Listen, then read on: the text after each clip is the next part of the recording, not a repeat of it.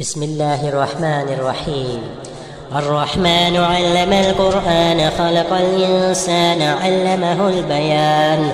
الشمس والقمر بحسبان والنجم والشجر يسجدان. والسماء رفعها ووضع الميزان ألا تطغوا في الميزان وأقيموا الوزن بالقسط ولا تخسروا الميزان. والأرض وضعها للأنام فيها فاكهة والنخل ذات الأكمام والحب ذو العصف والريحان فبأي آلاء ربكما تكذبان.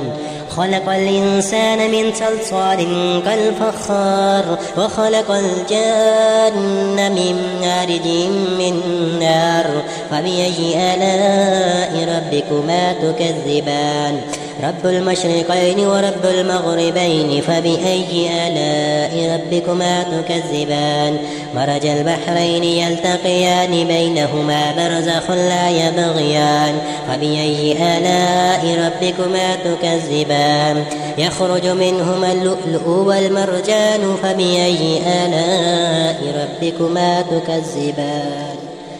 وله الجوار المنشآت في البحر كالعلام فبأي آلاء ربكما تكذبان.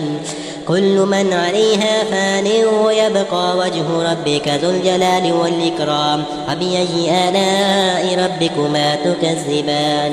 يسأله ما في السماوات والأرض كل يوم هو في شأن فبأي آلاء ربكما تكذبان. سنفرغ لكم أيها الثقلان فبأي آلاء ربكما تكذبان. يا معشر الجن والإنس إن استطعتم أن تنفذوا من أقطار السماوات والأرض فانفذوا لا تنفذون إلا بسلطان فبأي آلاء ربكما تكذبان. يرسل عليكما شواظ من نار ونحاس فلا تنتصران فبأي آلاء ربكما تكذبان. فإذا انشقت السماء فكانت وردة كالدهان فبأي آلاء ربكما تكذبان. فيومئذ لا يسأل عن ذنبه إنس ولا جان فبأي آلاء ربكما تكذبان. يعرف المجرمون بسيماهم فيؤخذ بالنواسي والأقدام فبأي آلاء ربكما تكذبان. هذه جهنم التي يكذب بها المجرمون يطوفون بينها وبين خميم آن فبأي آلاء ربكما تكذبان. ولمن خاف مقام ربه جنتان فبأي آلاء ربكما تكذبان. ذواتا أفنان فبأي آلاء ربكما تكذبان. فيهما عينان تجريان فبأي آلاء ربكما تكذبان. فيهما من كل فاكهة زوجان فبأي آلاء ربكما تكذبان. متكئين على فرش بطائنها من استبرق وجنى الجنتين دان فبأي آلاء ربكما تكذبان. فيهن قاصرات الطرف لم يطمسهن إنس قبلهم ولا جان فبأي آلاء ربكما تكذبان. كأنهن الياقوت والمرجان فبأي آلاء ربكما تكذبان.